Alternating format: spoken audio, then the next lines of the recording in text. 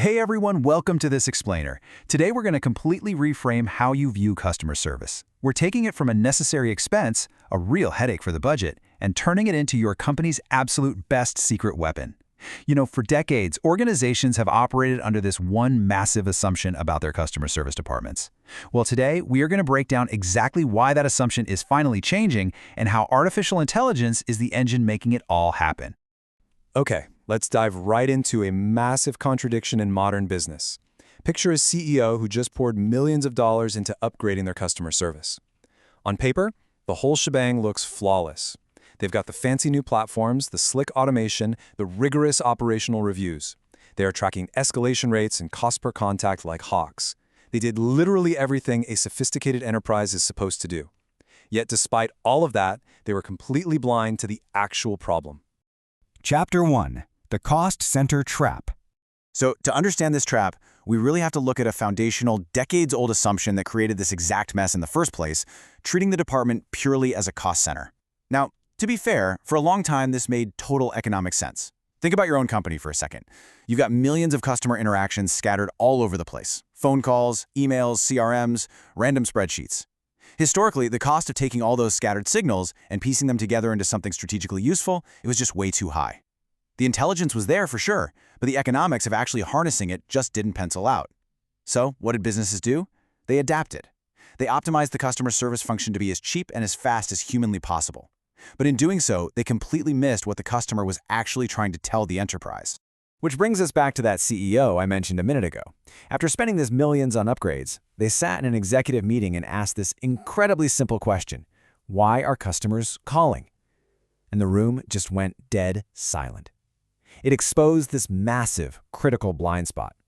See, everyone in that room knew exactly how many customers were calling. They knew to the second how long the calls took. But absolutely no one could answer why. Chapter 2. Fragmentation of Enterprise Intelligence. Now, the issue wasn't a lack of data. Not at all. It was a severe fragmentation of intelligence across the entire company. Everyone owned a tiny piece of the process, but absolutely nobody wanted to own the actual customer problem end-to-end. It's classic corporate silos, right? Customer service only saw the symptom. Product owned the product. Digital owned the website. Operations owned fulfillment. And finance, well, they just measured the costs. The organization had gotten exceptionally good at measuring activity, but remarkably poor at understanding what that activity was actually trying to tell them. Their enterprise listening system was entirely missing. Because here is the reality of the situation. Customers aren't just experiencing a phone call. They are experiencing your enterprise decisions. Every single interaction contains a signal. Think about it. If a customer can't find a web form, that might look like a service issue, but actually, it's a digital design problem. A repeated fee dispute looks like a customer service workload issue, but really, it's a pricing or transparency failure that originated in a totally different department. And this is exactly where organizations get trapped. They optimize the call, they automate the response, but they completely forget that customer service is just the place where all these other enterprise decisions eventually surface. Chapter 3. The AI Economic Catalyst. For years, businesses just learned to live with this blind spot, mostly because doing manual analysis took months. But new technology is changing that reality entirely. According to BCG, generative AI in customer service can boost productivity by 30 to 50%. That is fueling a market projected to hit nearly $48 billion by 2030. But while that productivity story is definitely compelling, it's actually not the most important takeaway here. What AI really does is change the economics of connecting customer signals. Suddenly, patterns can be detected across millions of distinct interactions instantly. No more human armies needed to read every single transcript. So the absolutely crucial point here is that AI shifts our primary goal. It takes customer service and transforms it from a digital complaint box into a real-time enterprise intelligence layer. The question completely changes. We're no longer just asking, how do we answer this customer faster? Instead, we're asking a fundamentally different, way more powerful management question. What is this customer interaction trying to teach the enterprise? And once you change that question, the entire role of customer service changes right along with it. Chapter 4. Faster, Better Enterprise Decisions. This transition is huge. It allows leaders to move beyond just penny pinching and fundamentally improve decision quality across the entire C-suite. Just think about how your own executive team operates right now. Most are probably waiting for lagging quarterly dashboards, right? But with this shift, they can utilize near real-time customer interactions to see exactly how the business is performing today. A CFO can detect value leakage, money literally slipping through the cracks weeks or even months sooner. A chief revenue officer doesn't have to wait until revenue visibly slows down to spot shifts in buying behavior or trust. A chief product officer? They can surface design failures directly from the customer's own words rather than waiting for expensive warranty claims to pile up. The contact center already knows where the pain is recurring. The rest of the business just needs to plug into it. And this isn't just about faster fixes either. It's really the beginning of a continuous learning loop. In this new model, the interaction becomes an enterprise signal. AI identifies the patterns, it connects those signals across all those siloed functions we talked about earlier, and then the business determines the necessary decision. The enterprise actually learns and improves, rather than just closing a ticket and moving on to the next angry caller. It's a total paradigm shift. The enterprise no longer waits, it listens continuously, learns continuously, and acts continuously. Chapter 5: The New Customer Advocate. Now, with Gartner predicting that AI will resolve 80% of common issues autonomously by 2029, the human role obviously has to evolve. Frontline workers are transforming from reactive agents into strategic customer advocates. Think about it. For years, agents were just handed scripts and judged purely on their speed. But they're the people closest to the customer's truth.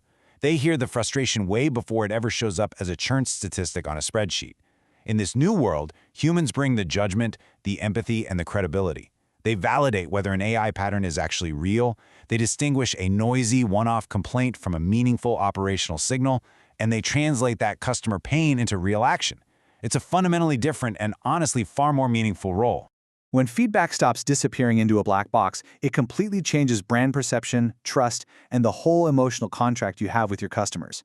Today, let's be real, most customers feel like they are just shouting their problems into a dark void. But in an intelligent enterprise, they begin to feel like their voice actually matters, because they see products visibly getting better and policies becoming clearer. Because ultimately, the best customer service experience might not actually be the fastest resolution. It might just be the confidence that the company won't keep making the exact same mistake. Chapter 6: The Leadership Mandate. BCG notes that 74% of companies still struggle to scale AI value. And it's not because of the tech, it's because of a lack of decisive leadership. McKinsey research actually backs this right up, showing 88% of organizations report regular AI use, but only 39% are seeing meaningful enterprise-level financial impact. So this isn't a technology problem, folks, it's a management problem. Before you go out and invest in yet another automation tool, leaders really must ask themselves where the recurring issues are actually originating. Spoiler alert, the answer rarely lives in the contact center itself. It lives in your product design, your supply chain, or your pricing models. You absolutely have to trace the signal back to its source. You also have to ask yourself, how much intelligence is currently trapped in unstructured data? For most organizations, the honest, albeit painful answer is that their absolute greatest insights are locked away, totally unread in chat transcripts, emails, and daily agent notes. Unlocking this incredibly dense, completely ignored information, that is where the real competitive advantage lies today. Recognizing that customer service was always your enterprise listening system completely changes the strategic value of the department. Really think about that for a second. It was never just a cost center.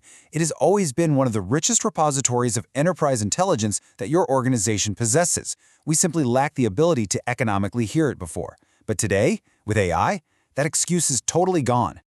Customer service is really just the first example of a gold mine we've historically ignored due to old tech limitations.